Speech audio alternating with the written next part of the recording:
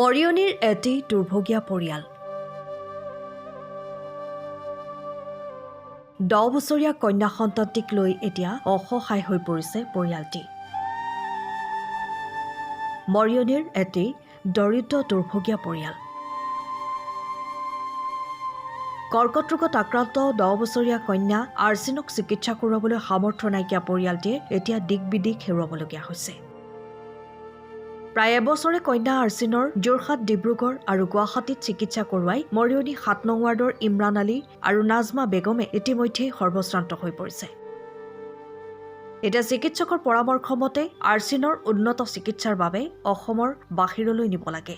কিন্তু ইতিমধ্যে কন্যাৰ চিকিৎসা কৰোৱাই সৰ্বশ্ৰান্ত হোৱা দৰিদ্ৰ পৰিয়ালটোৰ অসমৰ বাহিৰলৈ গৈ চিকিৎসা কৰোৱাবলৈ সক্ষম নহয়, যাৰ পৰিপ্ৰেক্ষিতত এতিয়া অসহায় হৈ পৰিছে পৰিয়ালটো।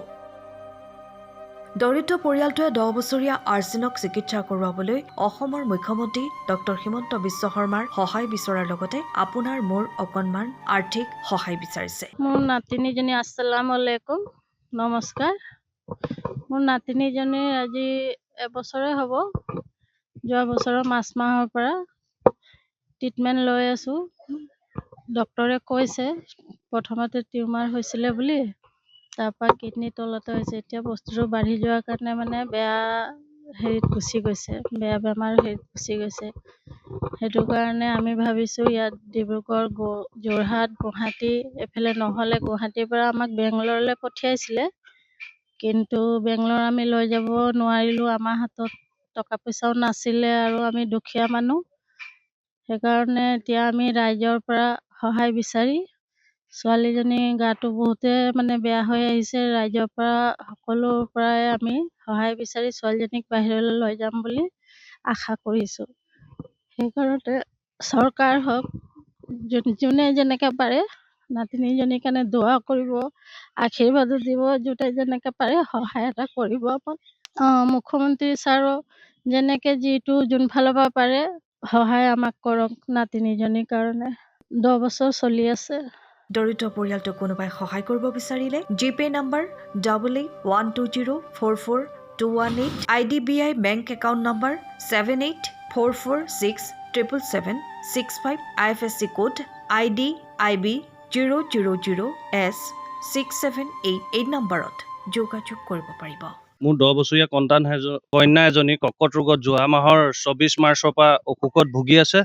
মই এজন গাড়ী চালক, মই যিমানখিনি পাৰোঁ মই কৰিলোঁ। এতিয়া উপায় নাপায় মই মুখ্যমন্ত্ৰী ছাৰলৈ অনুৰোধ জনাওঁ এটা কথাত, তেখেতে যেন মোক সহায় কৰে। এতিয়া চিকিৎসকে কোৱাৰ মতে আপোনাৰ বাহিৰলৈ নিবলৈ কৈছে।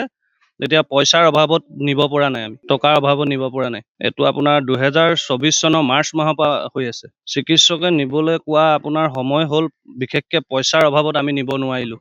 মুখ্যমন্ত্ৰীক মই জনাওঁ ছাৰক, তেখেতে অকণমান মোক হেল্প দিয়ে যেন আৰু সহায় কৰে যেন। আৰু ৰাইজেও মোক বহুত সহায় কৰিছে। এতিয়াও মই ৰাইজক অনুৰোধ কৰিলোঁ বিনম্ৰভাৱে, তেওঁলোকে মোক সহায় দিয়ে যেন। চাওক, মৰিয়নিৰ যথেষ্ট দৰিদ্ৰ পৰিয়াল। তেওঁলোকে টেণ্টৰ নৰ্মেল যে আমি মিস্ত্ৰী বুলি যে কওঁ, সেইখিনি কাম কৰে। আৰু এই ছোৱালীগৰাকী বয়স মাত্ৰ 10 বছৰ। যোৱা বছৰ কেঞ্চাৰ ডিটেক্ট হৈছে আৰু ইতিমধ্যে তেওঁলোকে গুৱাহাটীৰ বিভিন্ন স্থানত চিকিৎসা কৰিছে। আৰু আৰ্থিকভাৱে যিহেতু যথেষ্ট দৰিদ্ৰ, খুব কম উপাৰ্জন এটা থকা পৰিয়াল, আৰু বৰ্তমানে তেওঁলোকে এইটো উন্নত চিকিৎসাৰ বাবে মহাৰাষ্ট্ৰৰ টাটা মেমৰিয়েললৈ লৈ যোৱাৰ বাবে এটা বিবেচনা কৰি আছে। কিন্তু কেনেকৈ সম্ভৱ যদিহে টকা পইচা নাথাকে?